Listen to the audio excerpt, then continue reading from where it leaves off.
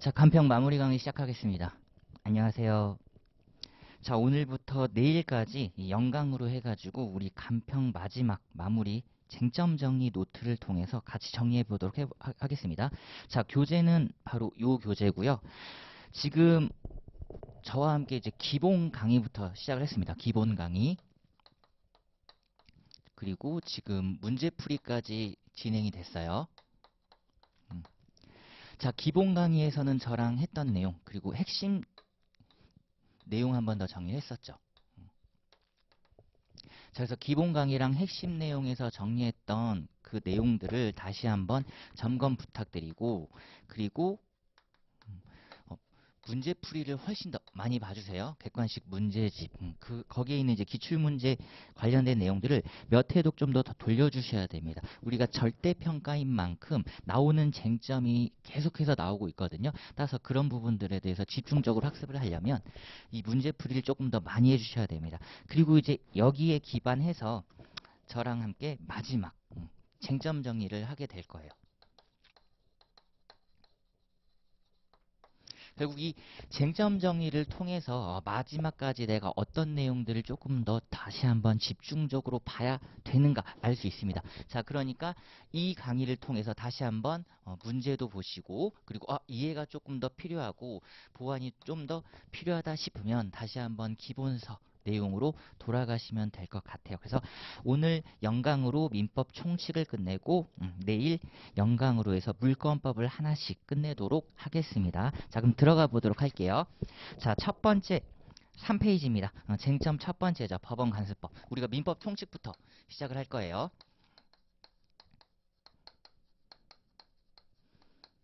자, 법원 관습법이다. 일단 교재 보기 전에 잠깐 정리하면 두 가지가 같이 나올 수 있다라는 겁니다. 민법 1조의 내용이죠. 민법 1조의 내용. 그리고 우리는 물권법도 보고 있기 때문에 민법 185조. 여기가 이제 공통의 법원이라고 하는 법률, 관습법, 조리고요. 그리고 여기는 법률 또는 관습법입니다. 즉, 여기도 법률이 있고 여기도 법률이 있고 여기도 관습법이 있는데 185조는 얘가 옆에 붙죠. 또는 관습법이란 말이에요. 그리고 조리는 여기에 있습니다. 자, 그렇기 때문에 법원 관습법이 나온다고 할 때 우리는 어떤 준비를 해야 된다? 민법 185조의 물권 법정주의 내용도 같이 학습을 해두시는 게 당연히 바람직하다라는 겁니다. 일단 교재 자체에서는 제가 물권법에 서술을 해두었어요. 근데 문제 자체는 어떻게 출제될 수 있다? 이게 같이 출제될 수 있다. 따라서 나 역시도 같이 학습을 해두시는 게 좋답니다. 자, 그럼 3페이지 가보겠습니다. 로마자 1번 첫 번째. 자, 법률이죠. 그렇다면 여기서 말하는 법률은 과연 어떤 걸 의미하는가? 우리가 민사에 관해서 일단 어떤 분쟁이라든지 다툼이 있다 그러면 법률로 해결을 할 건데, 자, 여기서 말하는 법률에는 형식적 의미의 법률뿐만 아니라, 즉 국회가 직접 제정한 거죠. 자, 그것뿐만 아니라 실질적 의미의 법률도 포함된다라는 겁니다. 즉 국회에서 법률을 만들었는데 국회가 모든 법률을 만들기 힘드니까 법률에서 다른 규범 체계로 내려줬단 말이에요. 위임을 했단 말이에요. 그 대표적인 게 명령규칙이라든지 지방자치의 경우에는 조례도 있죠. 자, 그리고 헌법재판소 판례도 역시 뭐가 된다? 가능하다라는 겁니다. 넓은 의미의 법원이 될 수 있다라는 거예요. 그래서 일단은 실적 의미의 법률에서 조례 규칙을 해 두시고, 자, 그리고 그게 보세요. 없으면이죠. 없으면. 이 없으면이라는 단어 때문에 어떤 의미다? 아하, 보충효구나. 이 화살표가 갖는 의미입니다. 보충효. 자, 그래서 이제 본격적으로 관습법 들어가 보도록 할게요. 역시 출제 포인트는 여기 관습법에 지금 있다라는 거죠. 이 두 가지입니다.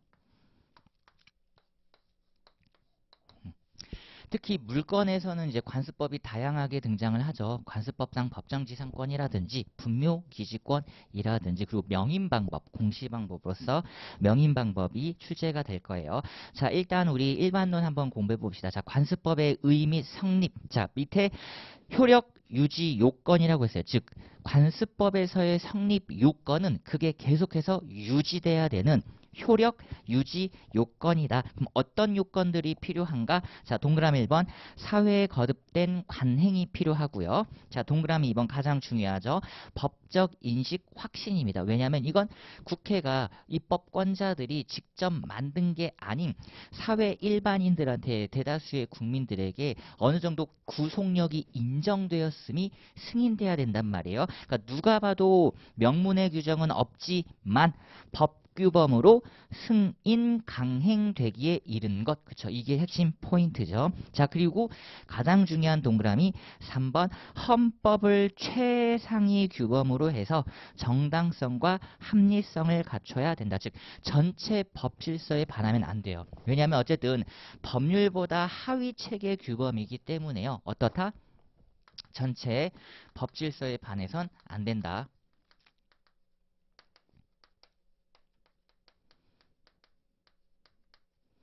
자, 이런 내용들은 추가적으로 가피를 해두셔도 됩니다. 아니면 기본서로 돌아가서 판례 원문을 한번 쭉 보셔도 된다라는 거죠.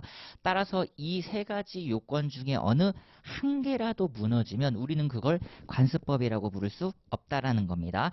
자, 그러면 이제 밑에 보자. 성립 시기가 나와 있죠. 언제 이게 성립하는가예요. 우리는 이거를 확인할 길이 없다라는 겁니다. 결국 분쟁에 들어와서 대법원이라고 하는 최종 유권 해석 기관이 확인을 해 준 거죠.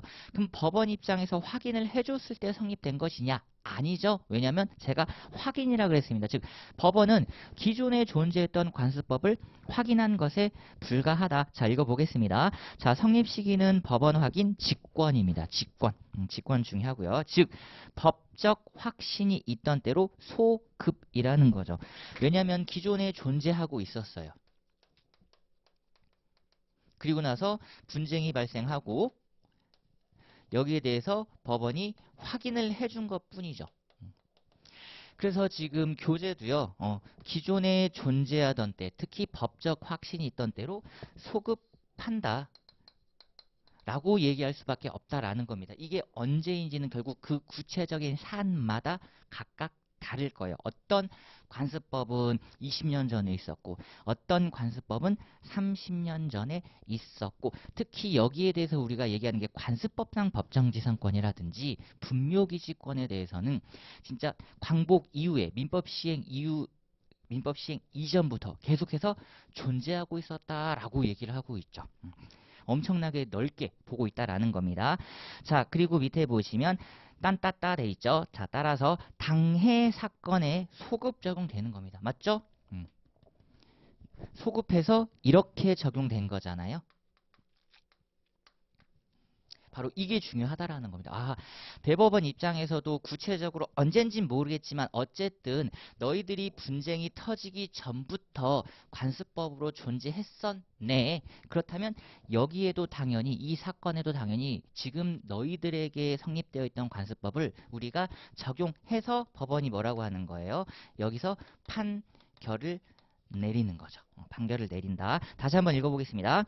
자, 법원이 직권으로 확인을 해주지만 법적 확신이 있던 때로 소급하며 따라서 당해 사건에 소급 적용된다. 자, 그렇다면 이런 관습법이 가진 효과는 상문법과의 관계에서는 어떠한가요? 지금 법원 입장에서는 원래 상문법을 먼저 적용해야죠. 민법이라고 하는 상문법을 적용해서 분쟁을 해결해야 됩니다.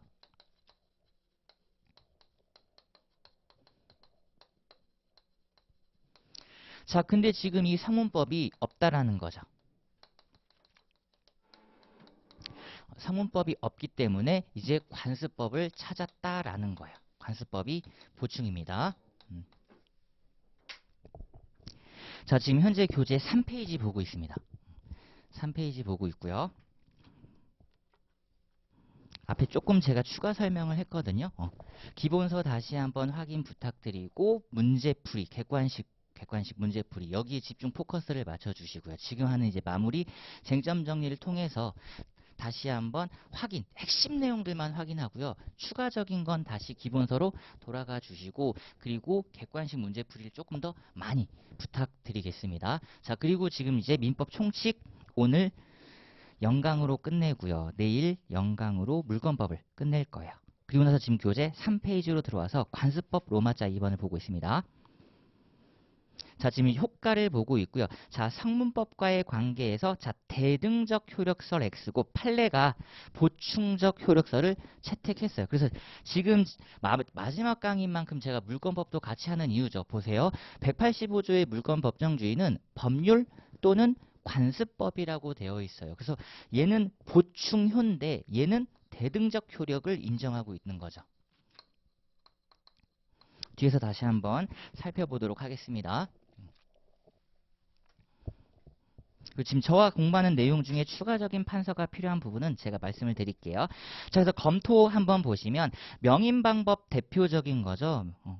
공시방법으로서 인정을 하고 있고요. 자, 그리고 관법지, 관습법상 법정지상권이고, 자, 그리고 요즘 핫한 거죠. 분묘기지권입니다. 이 세 가지는 반드시 기억을 해두시고, 자, 그리고 지금은 이제 상속법이 제정되었기 때문에요. 분재청구권이라는 건 없죠. 장남이 반을 가져가고, 차남이 거기 남은 반에 반을 가져가는 2분의 1, 4분의 1 이렇게 가져가는 그런 분재 청구권이 종래 관습법이었지만 현재는 입법으로 해결이 됐다라는 겁니다. 어때요? 밑에 단 이게 중요하죠. 성문법 발달에 따라 점차 축소입니다. 축소에 포커스를 두셔야 돼요. 축소. 그 이제 물권법에서 볼 인정 안 되는 거 막 온청권, 근린공원권, 사도통행권 이런 것들을 같이 학습을 부탁드리고, 자, 민법 총칙에서는 두 가지 판례만 확인을 해 보겠습니다. 자, 1번에 종중의 구성원이죠. 자, 종래의 남성 한정이었지만 이런 관습법은 이제 더 이상 의미가 없고, 자, 무엇보다 현재 보세요. 성년 남녀 당연 구성원입니다. 역시 조리죠. 조리. 자, 현재는 성년의 남녀라고 한다 그러면 당연 구성원이 되는데 아직은 조리예요. 자, 관습법 아닙니다. 관습법. 관습법까지 들어가려면 법적 확신이 필요한데 이거는 그냥 일반 경험칙이라고 하자라고 해서 조리라고 했고요. 자, 성년의 포커스를 두셔야 됩니다. 성년의 가족법 영역에서 나왔거든요. 미성년. 미성년은 안 돼요. 미성년은 안 됩니다. 그리고 당연이죠. 당연의 키워드 두시고 별도의 가입 의사 표명이 필요 없다라는 거예요. 별도의 가입 의사 표명 필요 없다. 자, 그리고 이제 두 번째 제사 주제자 판례입니다. 제사 주제자. 자, 마찬가지로 종래의 장자였는데, 자, 현재 보세요. 요 교재 3페이지입니다. 이 교재 같이 봐주시고, 자, 현재 보시면 협의입니다. 협의가 1등이에요. 예를 들면 남녀 자녀가 6명 있다고 했을 때 협의를 하면 막내딸도 제사 주제자가 될 수 있어요. 자, 그래서 이 협의에서 이제 중요한 포인트 표현이 있는데, 자, 과거의 관습이 아닌 현재의 관습을 고려하겠다. 자, 과거의 관습은 악습이죠. 사회적 패습으로서 적폐라고 하죠. 당연히 타파돼야 되는 것. 따라서 과거의 관습이 아닌 현재의 관습을 고려한다. 표현 조심하셔야 돼요. 제가 출제자라면 이렇게 한 지문 낼 것 같아요. 과거의 관습뿐만 아니라, 그쵸, 완전 다른 의미로 바뀌죠. 과거의 관습도 고려하고 현재의 관습도 고려한다라는 말이 되기 때문에, 자, 과거의 관습뿐만 아니라, 이거 틀린 지문입니다. 틀린 지문. 그래서 제사 주제자에 좀 포커스를 맞춰 두시고, 자, 그 다음에 넘어가시면 4페이지. 쟁점 2번의 신의성실의 원칙입니다. 이 부분 이제 객관식 부분 보면 뒤에 편제가 되어 있죠. 근데 우리는 조문 편제에 따라 먼저 공부하도록 해요.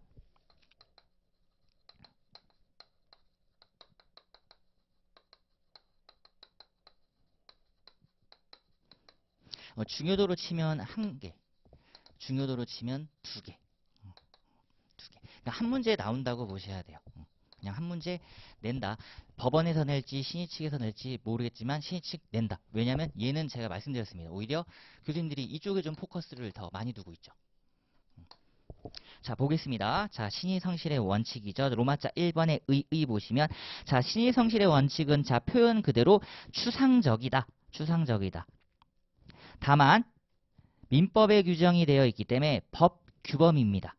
강제된다라는 거죠. 그렇다면 이게 어떻게 작동하는가? 자, 재판 규범으로 작동하죠. 당연히 중요한 단어, 재판 규범. 자, 그러면 어떻게 적용을 시킬 것이냐? 자, 강행 규정입니다. 강행 규정이란 말은 어떤 의미다? 당사자가 약정으로 배제할 수 없다라는 겁니다. 법원이 직권으로 판단하죠. 그래서 중요한 표현, 재판 규범이다, 강행 규정이다, 직권이다. 재판, 강행, 직권.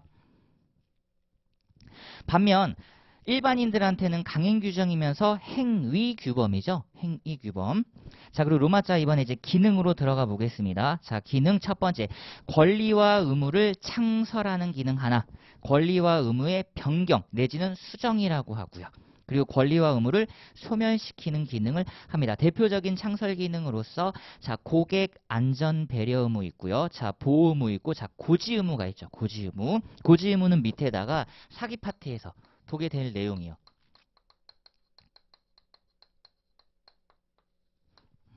사기 파트라고 하나 써주시면 되겠습니다. 사기에서 고지 의무가 발생하는데 그걸 안 했다. 바로 부작위에 의한 기망입니다. 여기서 다시 한번 또 내용 정립을 해주시면 되는 거고, 자, 그리고 다음 기능 보면 자, 법률 행위 해석 기능입니다. 이것도 중요하죠. 분명히 법 규범임에도 불구하고요.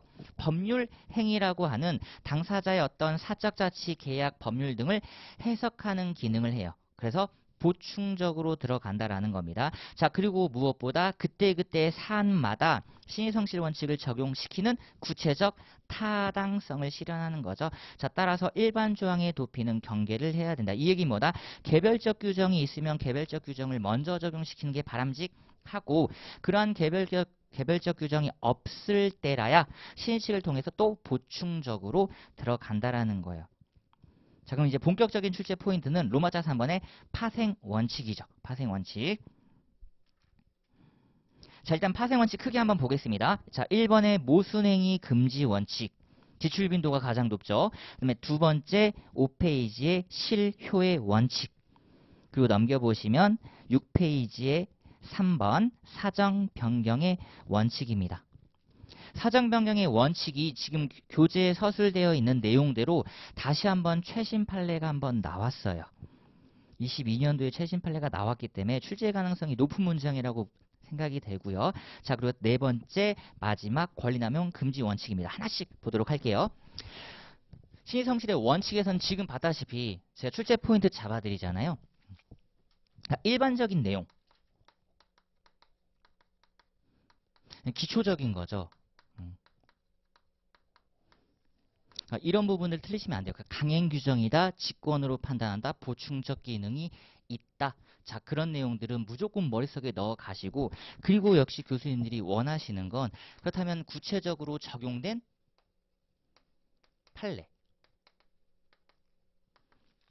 이걸 우리가 학습을 하셔야 되겠죠. 자, 첫 번째 보겠습니다. 1번. 자, 모순행위 금지의 원칙. 자, 밑에 제가 네모박스에 해놨죠. 선행행위라는 게 있고, 그 선행행위에 대해서 신뢰가 쌓였는데 모순된 후행의 행위를 하면 그건 뭐다? 원칙 금지하겠다라는 겁니다.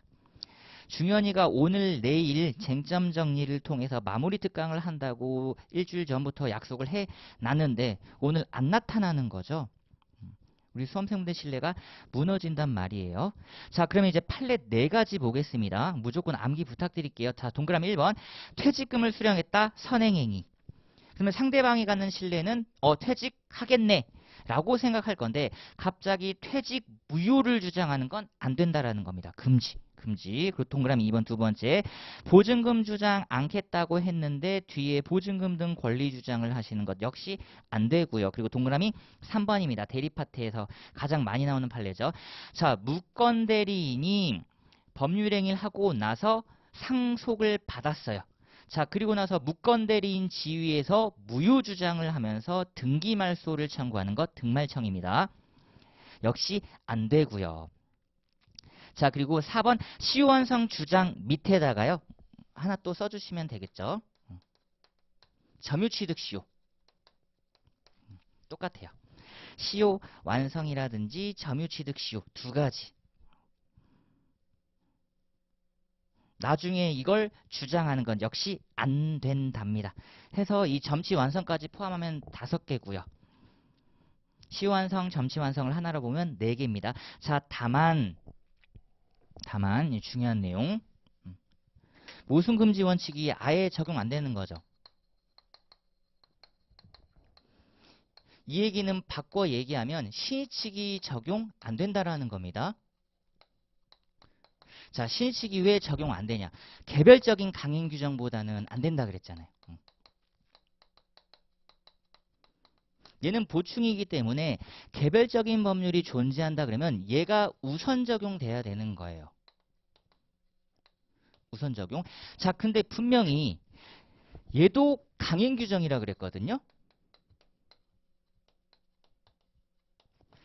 그러면 아무리 개별적인 법률을 우선 적용시킨다 하더라도 신의칙이 강행 규정인데 이걸 직권으로 먼저 적용시키면 안 되는가라는 의문이 있어요. 그래서 판례가 이런 얘기를 하죠. 그 개별적인 법률 중에서도 강행 규정이 별도로 있다면 개별적인 강행 규정이 보충적인 일반적인 강행 규정보다 당연히 우선 적용돼야 되는 게 맞죠? 우선 적용돼야 되는 게. 따라서 이제 밑에 판례 무조건 암기도 부탁드립니다. 자, 다만 선행 행위가 강행법규 위반인 경우 그 위반자 스스로 무효 주장하는 것은 신의칙에 반하지 않는다라는 겁니다. 이유는 뭐죠? 지금 제가 선행행위가 강행법규 위반이라고 했습니다. 자, 선행행위가 강행법규 위반 위에다가 이렇게 써두시면 되죠. 강행법규 위반 행위 자체에는 뭐가 없어요? 그쵸?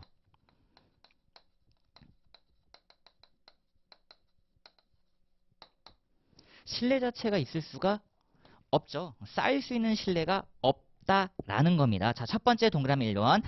미성년자 스스로 한 법률 행위를 취소하는 것 가능하고요. 동그라미 2번. 의사무능력자 스스로 한 법률 행위 무효주장 가능하고 3번. 증권거래법상 투자수익 보장약정 무효주장 가능합니다. 1번, 2번은 각각 개별적인 규정으로서 우선 적용된다라는 거고 3번은 개별 따로 법률이 존재하는 거죠. 그리고 4번도 마찬가지로 국토계획법상 허가 없이 한 매매계약의 무효주장이 가능하다. 그래서 4번은 무효 파트에서도 나올 수 있는 유동적 무효 사안입니다.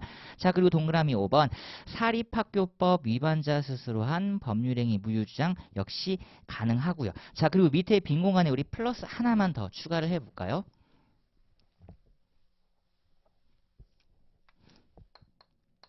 6번. 자, 상속 개시 전 상속폭입니다.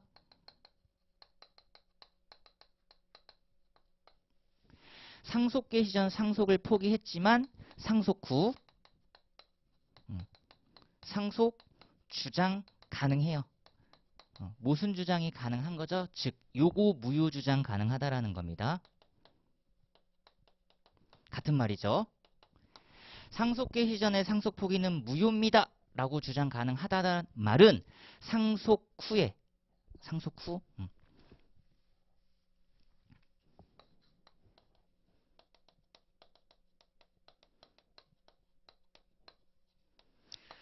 자, 피상속인 사망 후에 상속 주장이 가능하다. 해서 토탈 이렇게 6가지 알아주시면 좋을 것 같아요. 자, 그 다음에 이제 두 번째 실효의 원칙입니다. 실효의 원칙. 옆에다가 CF로 이 2가지를 써두시면 되죠. 보세요. 개별적인 규정 얘네들 있잖아요.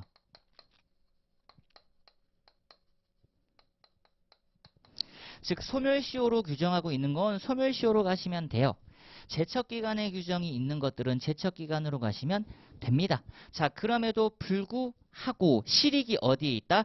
소멸시효에 걸리든 안 걸리든 제척기간에 걸리든 안 걸리든 어쨌든 장기간의 권리를 행사하지 않았을 경우에는 소시 제척기간 불문하고 적용시켜 보겠다라는 겁니다. 그래서 오히려 실효의 원칙의 경우에는 제척기간 쪽에서 포커스가 오히려 더 있어요. 제척기간의 규정이 있다 그러면 이건 제척기간을 먼저 적용시켜야 되는 거 아니야? 그럼에도 불구하고 들어간 거죠. 그래서 얘가 중요한 거예요. 그러니까 소멸시효에 안 걸리는 것들은 실효의 원칙을 적용하는데 큰 문제가 없어요. 근데 제척기간이 적용되는 것, 이게 문제가 된다라는 겁니다. 그래서 출제가 자주 된다라는 거죠. 자, 요건 볼게요. 자, 동그라미 1번. 상당기간 권리를 불행사해야 된다. 여기서 말하는 상당기간은 구체적 타당성을 도모하는 내용이라고 그랬죠. 밑에 보시면 개별적 구체적으로 검토를 하는 거고 각각입니다. 각각 개별적. 따라서 종전 소유자의 권리 불행사는 고려사항이 아닙니다. 종전 소유자 20년 불행사, 신소유자 10년 불행사 합쳐서 30년이 아니라 각각 별도로. 자, 그리고 동그라미 2번. 불행사라는 신뢰. 더 이상 행사하지 않겠구나. 그리고 동그라미 3번. 이후 새삼스럽게 권리 행사하면 어떻다? 권리 행사가 저지된다라는 겁니다. 요 문장 그대로 최신 판례가 한 번 더 나왔어요.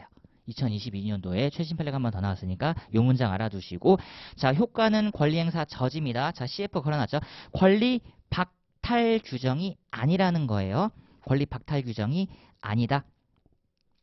권리 박탈 규정이 아니다. 명문의 규정이 없는 한 신의칙으로 권리를 박탈하는 건 조심스럽다 라고 생각해 주시고, 자, 범위 보시면, 자, 적용 인정에 행사기간 제한 없는 권리 행사에도 적용된다. 그러니까 소멸시효가 안 걸리는 것들, 특히 대표적으로 무효 이런 것들, 그러니까 이런 건 상관이 없는데요. 밑에 얘가 지금 관건입니다. 자, 형성권의 제척기간이죠. EX 형성권 옆에다가 제가 쓰다 말한데 해제권입니다. 옆에다가 해제권 써주시고 1년 4개월 불행사 실효시켰단 말이에요. 상식으로 한번 알아두시면 됩니다. 자, 해제권은 제척기간 10년이에요.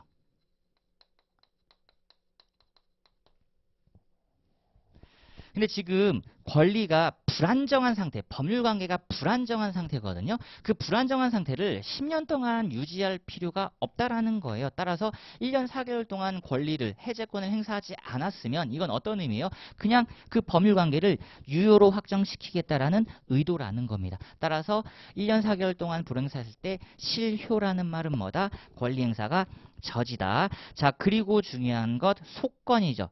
바로 소송상 권리에도 적용된다. 옆에다가 EX로 항소권 하나 써두시면 됩니다. 항소권. 자, 그리고 적용 부정 두 가지. 혼인 취소권, 인지 청구권이죠. 혼인 취소권, 인지 청구권. 두 가지. 혼인 취소권, 인지 청구권입니다. 혼인을 취소한다. 대표적으로 중혼. 결혼을 2번 하신 분, 그리고 인지청구권, 아버지가 아들 찾아가는 것, 아들, 딸들이 아버지 찾아가는 것. 제가 아버지라고 했죠. 인지는 부하의 관계에서 문제됩니다. 특히 이 혼인 취소권과 인지청구권은 옆에다가 이렇게 추가하셔도 돼요. 두 가지 묶어서. 법 자체에 뭐가 없다? 행사기간의 제한이 아예 없어요. 행사기간에 제한이 없고요. 특히 혼인 취소권과 관련해서는 헌법재판소에서도 합헌이라 그랬어요. 합헌. 야, 말은 취소인데 우리 민법을 봐라. 취소는 분명히 3년이든 10년이든 제척기간이 있다. 가족법에서도 짧게 제척기간 등을 규정하고 있는데 왜 혼인 취소권만 굳이 제척기간을 안 둬? 이거 그럼 무효랑 다른 게 뭐야? 그쵸. 그런 의미예요. 그럼에도 불구하고 야 이건 입법자의 판단이 타당하니까 합헌해서 혼인 취소권은 출제 가능성이 좀 높아진 판례라고 봐주시면 좋을 것 같고요. 자, 그다음에 넘겨보시면 3번입니다. 사정 변경의 원칙. 자, 일단 제가 앞서 말씀드렸다시피 요 요건 보이시죠? 요 문장이 그대로 최신 판례로 다시 한번 나왔기 때문에요. 요 요건 문장을 이제 정확하게 파악을 하셔야 됩니다. 자, 사정 변경의 원칙이란 두 가지를 우리가 봐야 돼요. 사정 그리고 변경. 여기서 말하는 사정은 어떤 사정이고 변경도 어떻게 변경돼야 되는 거야? 그쵸? 자, 봅니다. 자, 의의는 1차적으로 일단 수정해 보자입니다. 이게 신의칙의 법률행위 해석 기능이죠.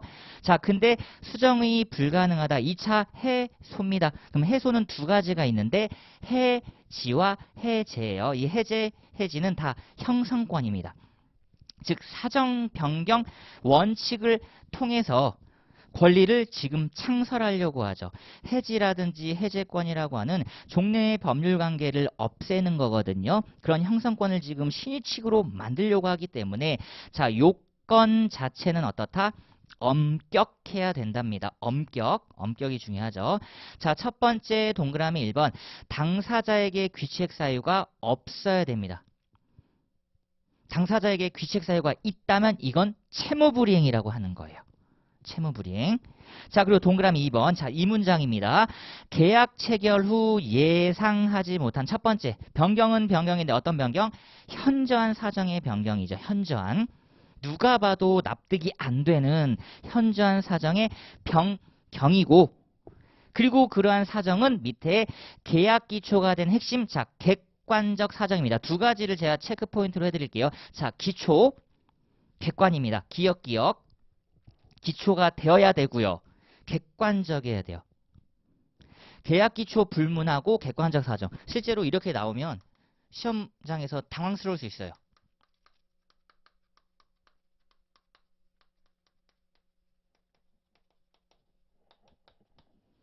시험장에서 이런 문장을 보셨다면 조심하셔야 됩니다.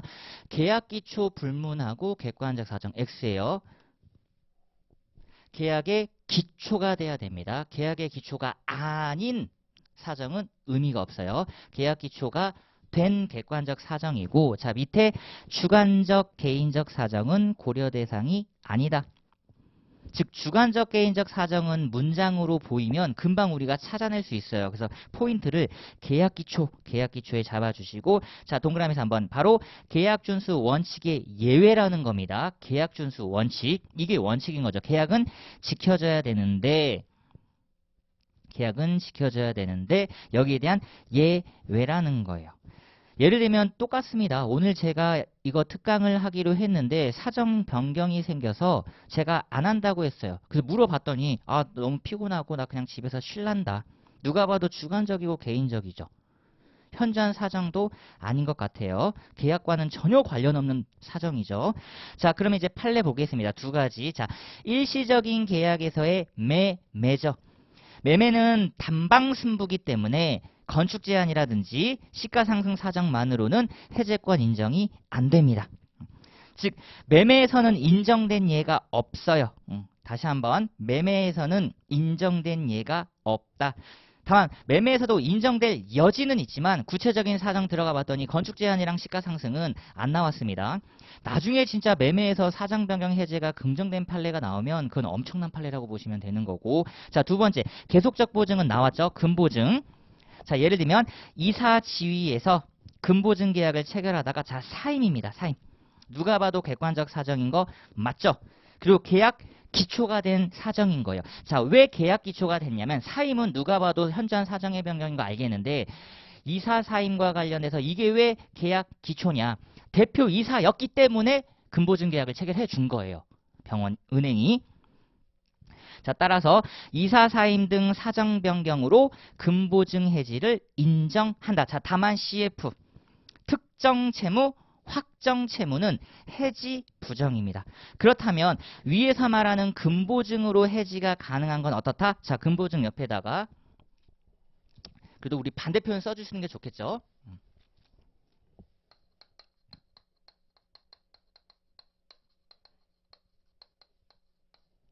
불특정 채무예요. 그러니까 특정 확정 채무란 말은 뭐냐면 매매대금 채무 이런 말입니다. 이건 특정된 거죠. 근데 불특정 채무는 너가 앞으로 3년 동안 얼마씩 빌려갈 거야 이런 느낌. 확실히 다르죠. 자, 그리고 이제 4번 봅니다. 자, 권리남용 금지의 원칙. 민법 1조 2항에 있죠. 권리의 개념은 법률에서 부여된 파워. 그러니까 우리 이제 남용만 해결하면 되는데 요건을 두 가지로 판례가 분석을 해줍니다. 첫 번째, 객관적 요건으로서 정의관념의 반함이 명백 요런 표현 하나, 그리고 수인 불가 요런 표현 하나. 누가 봐도 이거는 용납이 안 된대요. 안 된대. 자, 그러면 관건은 명문의 규정엔 없어요. 그쵸? 주관적인 요건이라고 하는 가해 의사는 일단 민법의 규정은 없습니다.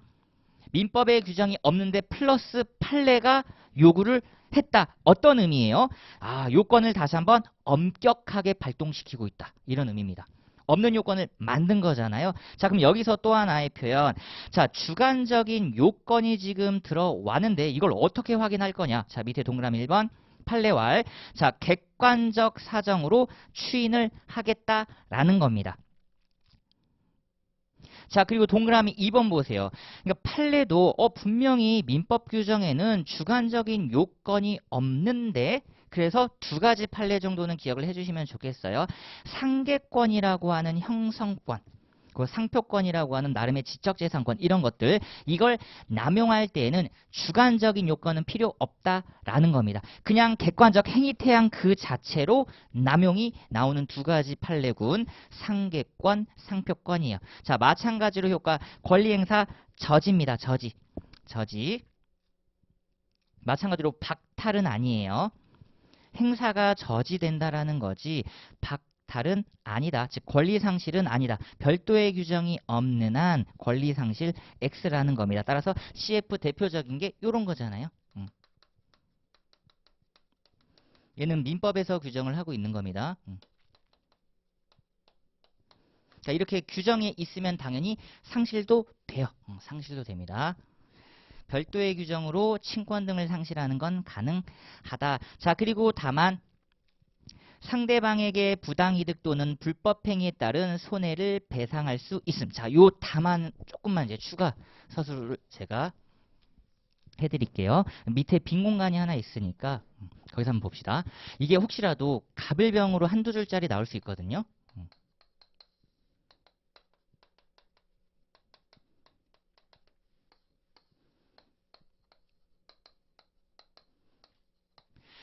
자, 보세요. 갑의 X토지에 대해서 을이 지금 Y 건물을 보유하고 있는데 우리가 물권법에서 공부했다시피 을 입장에서는 갑의 땅을 사용할 뭐 임대차라든지 우리 물권에서의 지상권 내지는 또는 뭐 여러 가지가 필요해요. 필요한데 지금 무단 신축을 했다라는 겁니다.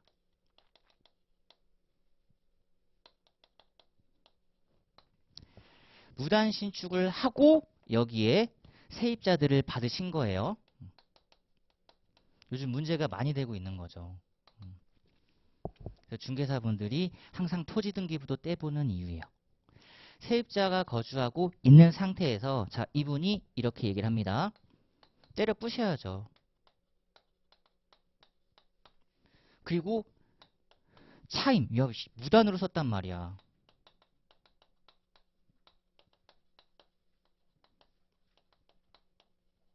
이렇게 두 가지를 해요.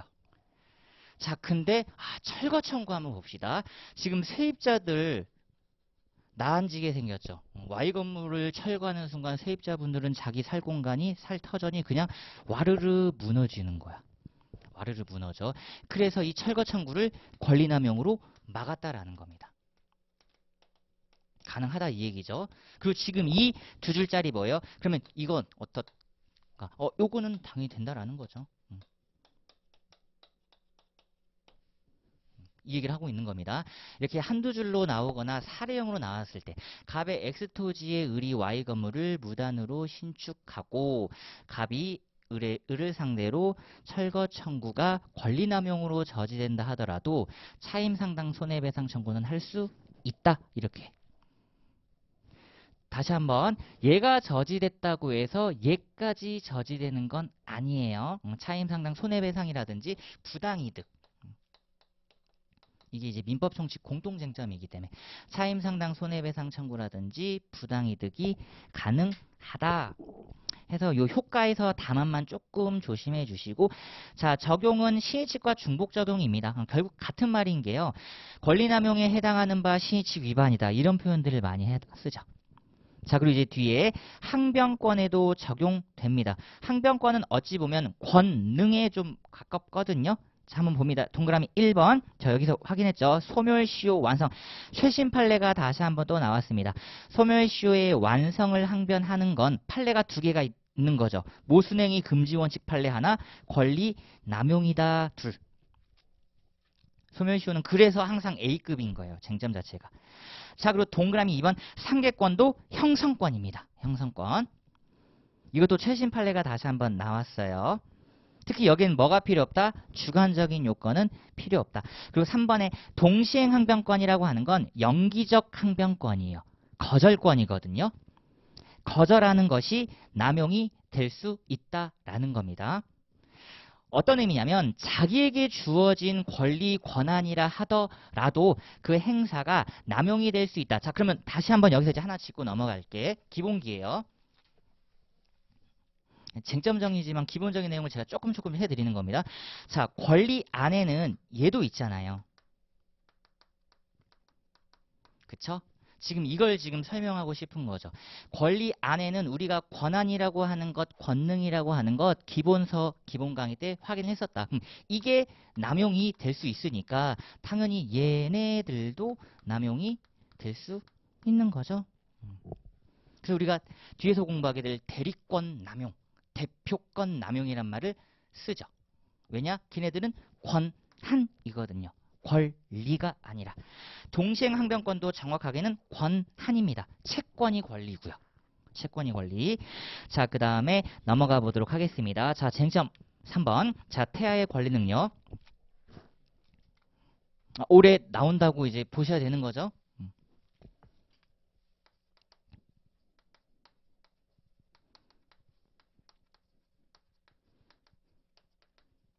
이제 자연인 파트로 들어왔고 능력 파트로 들어왔어요. 그 중에 첫 번째 권리 능력 부분입니다. 권리 능력. 자, 그 중에서 태아는 별표 이제 2개로 일단 업을 시켜주시는 게 바람직하고요. 조금 어렵게 나오면 정지조건설 관련된 판례를 토대로 갑을병으로 나올 수 있어요. 갑을병으로. 그런 부분들 생각해 보면서 우리 한번 보겠습니다. 자, 로마자 1번. 자, 일단 우리의 권리 능력의 일반적인 규정 시기입니다. 나는 권리 능력 언제 시작, 취득하고 언제 종기 끝나느냐. 딱 민법은 2글자죠. 생존입니다. 생존. 사람은 생존하는 동안 이랬어요. 그렇기 때문에 사람이 생존하는 동안 권리 능력은 평등하죠. 아이, 남녀, 노소, 불문, 권리 능력은 평등이다. 자, 그럼 언제 시작하느냐? 바로 출생 전부 노출이라는 점. 출생 전부 노출입니다. 그리고 출생 밑에다가 이렇게 시작하시면, 이렇게 하나 써주시면 되죠. 사망. 전부 노출 출생부터 해서 사망까지입니다. 사망입니다. 그리고 이것도 자연적 사망 개념이에요.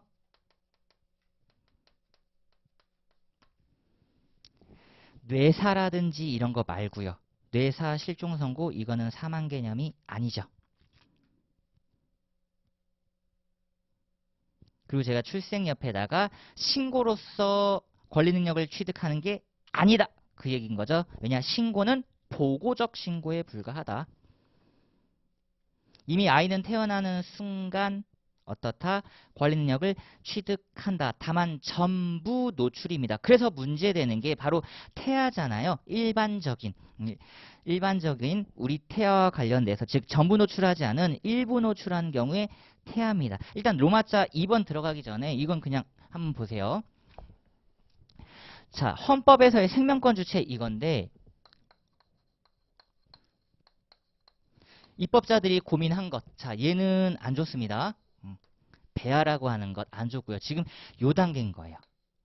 나름 사람의 형상을 그래도 좀 갖추고 장차 태어날 지위에 있는 태아까지만 우리가 법으로 보호해 주겠다. 즉 헌법에서의 생명권 주체를 긍정하면서 낙태죄 헌법 불합치 결정이 떨어졌고 헌법에서 이걸 이제 민법에 보세요. 넘겼다. 이렇게.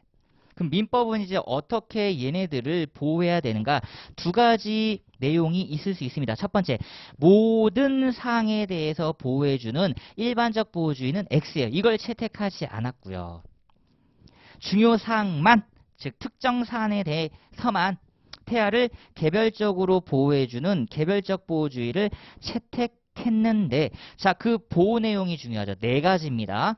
4가지. 첫 번째 동그라미 1번 불법행위에 따른 손해배상 청구권이죠. 불법행위에 따른 손해배상 청구권.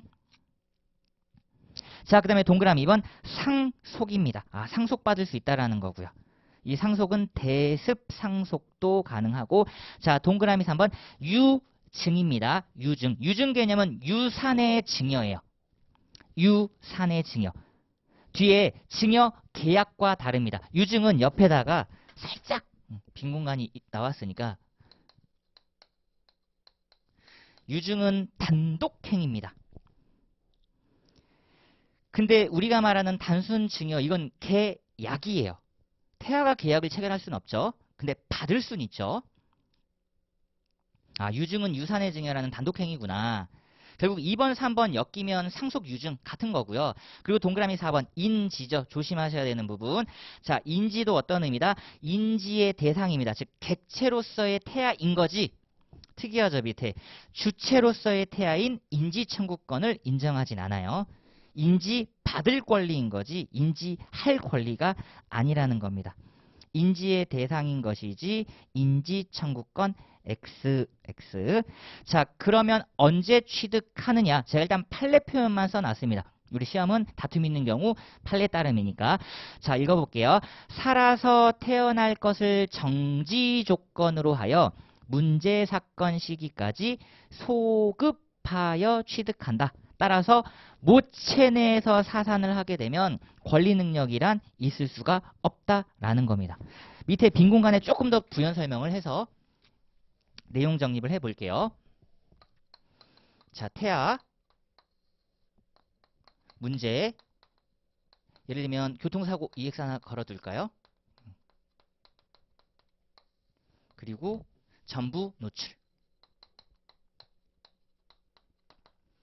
지금 분명히 교통사고라고 하는 불법행위가 일어났고요. 그럼 여기에 대해서 분명 태아도 권리능력을 줘야 되는데 정지조건설이란 말은 뭐냐면 그럼에도 불구하고 점점점점 아직은 스탑인 거죠.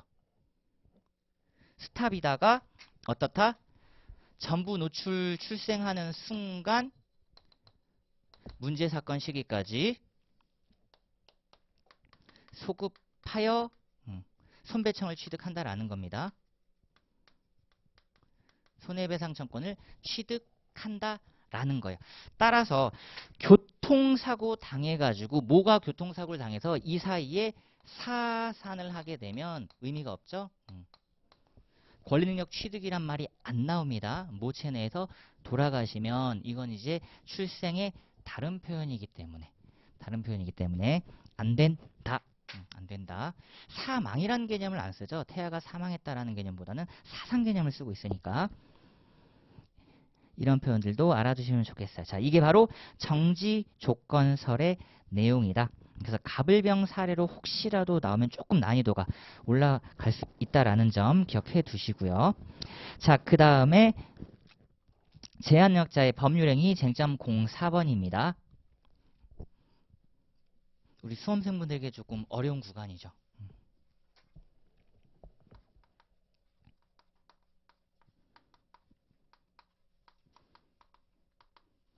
즉 이제 행위능력 부분인데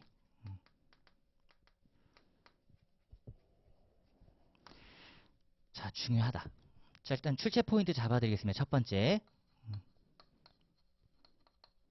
미성년자의 경우에는 판례도 있으니까 정리 부탁드리고요. 그리고 그 외에 이제 성년후견 제도죠. 성년후견 제도. 지금 이게 최신 판례가 몇 개 나왔어요. 근데 그게 가족법 영역에 있는 판례여가지고 기본 강의 때 학습을 잠깐 했는데 기본서에 있는 내용 잠깐 확인 부탁드리고요. 얘는 계속해서 조문 위주 학습이 필요합니다. 그냥 단어 몇 개 바꾸면 진짜 어려워요. 또는을 미스로 바꾸거나 미스를 또는으로 바꾸거나 뭐뭐 하거나를 뭐뭐 하고 막 이런 표현으로 바꾸는 순간 가장 어려우니까 이런 부분들 조심하시고, 그리고 얘도 헌법재판소에서 합헌 판결이 나왔어요. 이 제도는 합헌입니다. 합헌입니다. 의사 감정 없이 성년 의견이 떨어질 수 있다라는 거예요. 원래는 의사감정 해줘야 되잖아요. 정신적 능력이 있다 없다를 의사인 전문 집단이 판단을 해줘야 되는데 여러 가지 성년 후견과 관련돼서 정신적 능력이 없다라는 여러 가지 사실 인정 자료가 있다 그러면 굳이 의사감정 필요 없다 이거죠. 의사감정은 어떻다? 그냥 보충적인 참고사항에 불과하답니다. 이거는 가정법원 정권이라는 거예요. 바로 그런 내용에 대해서 판례가 나왔기 때문에 한 번만 확인 학습 부탁드리고요. 자, 그리고 나서 이제 본격적으로 한번 보도록 하겠습니다. 이제 뒤에 플러스 될 거는 이건 뒤에서 제가 해놨으니까 따로 봅시다. 상대방 보호는 따로 볼게요. 자, 쟁점 04번. 제한능력자의 법률행위 첫 번째 로마자 1번. 자, 제한능력자의 취지는 누구를 위함이다? 제한능력자를 보호하기 위함입니다. 아직 미성숙하고 정신적 능력이 없기 때문에 우리 민법이 특별하게 보호를 해주겠다. 그래서 법에 정확하게 규정을 해놔야 된다라는 겁니다. 그런 의미가 법정하고요. 그리고 누가 제한 능력자인지 획일적으로 객관적으로 정해두겠다라는 거예요. 법정화, 획일화, 객관합니다. 그리고 이걸 밑에 가장 중요한 말 나왔죠. 강행 규정으로 우리는 만들겠다. 자, 그러니까 자연스럽게 화살표 뭐가 적용 안 된다? 신의칙이 적용 안 된다. 즉 제한 능력자가 스스로 법률 행위를 하고 그 법률 행위를 지키지 않아요. 모순되는 주장인 취소 주장, 무효 주장이 가능하다 이겁니다. 자, 그 다음으로 중요한 게 바로 선의 제3자에게도 대항 가능하죠. 이 얘기는 뭐냐면 조심하셔야 되는 부분입니다.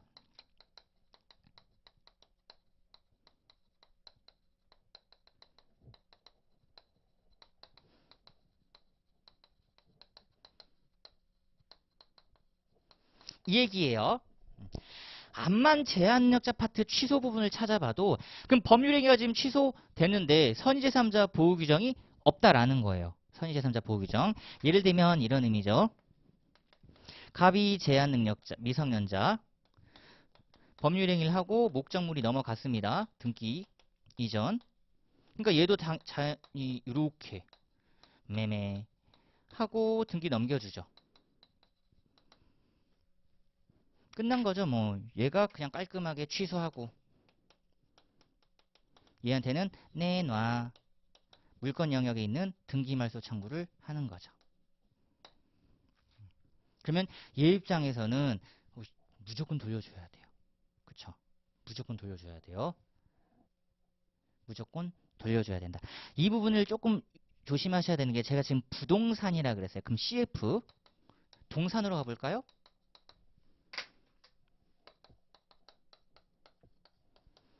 요런 게 이제 물권 영역 동산이죠. 미성년자가 자전거 인도라고 하죠. 매매 인도. 그리고 똑같습니다. 취소하시고 아저씨 자전거 내놔.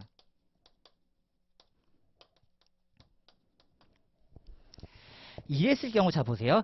요 취소에 대한 뭐? 얘 보호 규정이 없다 이런 말이에요. 얘 보호 규정이 없다. 즉 법률행위 취소에 대한 제한 능력자 취소에 대한 선의 제3자 보호 규정이 없다라는 말은 별개 규정까지 배척하는 건 아닙니다. 다만 얘는요. 이 규정을 주장할 수는 있다라는 거예요. 그죠? 별개 권한 주장은 당연히 가능하다 이 얘기입니다. 제가 요 한 문장 알려드리려고 하는 거예요. 선의 제3자 보호 규정이 없다? 그러면 나 어떻게 보호받아? 민법에 있는 다른 별개 규정 찾아봐. 별개 권한 찾아봐. 근데 얘는 안 돼요. 부동산은 선의 취득 규정이 없기 때문에. 동산만 가지고 있죠. 동산만. 이런 것도 이제 한두 지문씩 나왔을 때 우리 흔들리시면 안 된다라는 겁니다. 미성년자 갑이 을에게 매매하고 등기를 이전했고 을 역시 그 이후에 병에게 매매하고 등기를 이전한 경우 병은 소유권을 취득할 수 없다. 맞는 문장입니다. 그죠? 갑이 취소를 하는 순간 소유권을 취득 못해요. 근데 이거는 소유권 취득할 여지는 있는 거죠. 동산이기 때문에. 그런 의미였고, 자 이제 로마자 2번 들어가 보겠습니다. 자 미성년자 첫 번째. 자 판단. 만 19세 미만자죠. 선거권 이런 연령들이랑 좀 비교 유의하시고요. 자 초일 산입입니다. 중요한 말. 초일 산입. 그냥 태어난 날부터 나이 기산 들어가는 거예요. 원래 초일 불산입이 원칙인데 얘는 초일을 산입하는 예외죠. 극단적인 예시로 오늘자 저녁 11시 59분 59초에 진짜 딱 태어났다고 하면 오늘 1초 살았잖아요. 그래도 하루 살은 거다. 하루 살은 것. 자, 그 다음에 밑에 성년의제입니다. 만 18세 성년의제. 옆에 쓸까 이거 법률혼. 법률혼.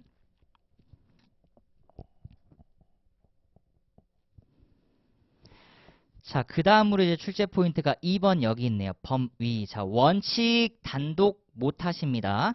그럼 나는 이제 어떻게 해야 되느냐? 법정 대리인의 동의를 받아야 하며 위반 시, 즉 동의를 못 받았을 시 취소할 수 있고 굳이 여기다가 이제 얘기 안 하겠습니다. 이 취소는 신식 위반이 아니라는 점 굳이 얘기 안 할게요. 자, 그러면 이제 이 동의에 대해서 밑에 빈 공간에 조금 이제 써볼까요? 이 동의는 뭐다? 명시, 묵시 가능하다. 맞죠? 명시, 묵시 가능. 명시, 묵시 가능하면 이건 누가 주장한다? 상대방이 주장 증명합니다.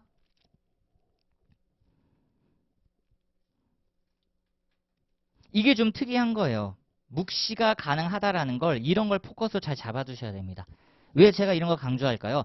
야, 분명히 제한 능력자를 위한 규정이라며. 그럼 조문 해석 하나하나도 상당히 엄격하게 해석해야 되는 거 아니야? 근데 대법원이 고민을 한 거야.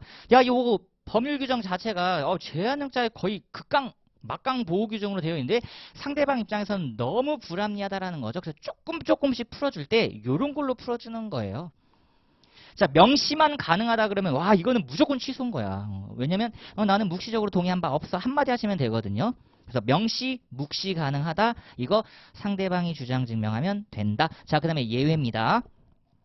자, 법정 대리인이 동의 없이 단독으로 가능한 것 동그라미 1번. 자, 권리만을 얻는 행위 끊고 만입니다. 만. 맞죠? 의무만을 면하는 행위. 그래서 권리만을 얻는 행위 밑에다가 제가 수익의 의사표시. 지난주에도 우리 미성년자 조카가 삼촌 나 치킨 좀 사줘. 응 알았어 주문해서 집으로 보내줄게. 받기만 했잖아요. 그쵸? 치킨권 받기만 했죠. 그리고 뒤에 의무만을 면하는 행위 부담 없는 증여의 해제. 조카야 이거 가질래? 아니 싫어. 딱 되죠. 자 그럼 동그라미 2번 처분이 허락된 재산의 처분입니다. 또 보세요. 허락 동의 이런 말. 자 명시 묵시. 이건 이따 다시 한번 제가 정리해 드리겠습니다. 신용카드 사안 여기서 한번 확인 부탁드리라고 제 신용카드 사안 여기 있습니다. 이따 다시 한번 얘는 먼저 보고 정리해 드릴게요. 여기 판례법리여가지고 교수님들이 아직은 조금 조심스러운 부분이 있긴 한데 신용카드 사안이 하나 있고 자 그 다음에 동그라미 3번 얘는 조문이 중요하죠. 특정 영업입니다. 특정 포괄 영업 허락은 안 돼요. 자 그렇다면 그거 보세요. 허락 범위 내에서 어떻다? 대리권 소멸이다. 중요한 말이죠. 대리권 소멸. 옆에다가 땅땅 성년자가 되는 거예요. 이 얘기죠. 왜냐 법정 대리인이 없다라는 말은 즉 법정 대리권이 없다라는 말은 미성년자 자체가 이 특정 영업에 관해서는 성년자가 된다. 자 그리고 밑에 화살표 되어 있는 부분 자 요 부분 잘 봐보세요. 먼저 우리 수험생분들 읽어보시는 겁니다. 허락 내지 동의.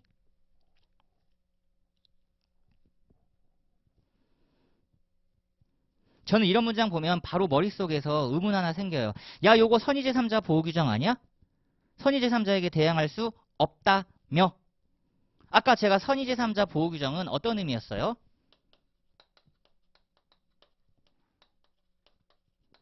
법률행위 취소였습니다. 맞죠? 법률행위 취소에 대한 선의제3자 보호규정이 없다라는 거고 얘는 허락 내지 동의를 취소잖아요. 뭘 취소했다라는 거죠? 허락 내지 동의를 취소한 겁니다. 요 점은 어려운 이유예요. 허락 내지 동의를 취소한 거지 이미 한 법률행위를 취소할 수는 없어요. 허락한 법률행위를 취소할 수는 없다라는 말입니다. 동의한 법률행위를 취소한다는 말이 아니라 너 이제 그만해 라고 하는 허락 동의를 취소하는 거죠. 거기에 대한 선의제3자 대항 불가 규정인 거다. 조심. 법률행위를 취소한다는 말이 아니다. 영업행위를 취소한다는 말이 아니다. 자 그 다음에 동그라미 4번 역시 시험에 잘 나오는 대리입니다. 대리. 제한능력자도 할 수 있는 것. 그리고 유언은 밑에다 쓰시면 만 17세까지. 만 17세. 유언은 만 17세. 그래서 만 17세 이상이면 가능하죠. 그리고 옆에 근로계약 당연히 가능하죠. 근로계약 옆에다가는 요거 하나 써주시면 됩니다. 얘는 대리도 안 돼요. 근로계약은 뭐다? 대리도 안 됩니다. 자, 그다음에 넘겨보시면 3번에 자, 법정 대리는 원칙 친생부모인 친권자 공동으로 행사하는 게 맞고요. 자, 그리고 요즘 이제 밑에 제한 부분이요. 제한 부분. 기본서에도 있는 부분인데 지금 가족법 영역까지 조금씩 확장한다 그러면 내용이 어려워지기 때문에 말 그대로 친권은 공동 행사하고 제한의 경우 지금 이해상반행위라는 게 있습니다. 친생 부모랑 미성년 자녀 간에 서로 이해가 상반하는 법률 행위예요. 누구 하나에게는 이익이 되는 행위, 누구 하나에게는 해로운 행위. 해로운 행위. 부모님들이 자식 부동산을 멋대로 팔아 제끼시는 거죠. 안 돼요. 밑에 보시면 보세요. 특별 대리인 선임하셔야 됩니다. 특별 대리인 선임. 이 이해상반행위 밑에다가 쓸까? 이것도 강행 규정이에요. 제한능자 보호 차원에서 엄마 아빠 하지 마시고요. 무조건 특별 대리인 선임하세요. 자, 그리고 로마자 3번부터가 이제 본격적인 성년 후견 제도니까요. 잠깐 쉬었다가 하도록 하겠습니다.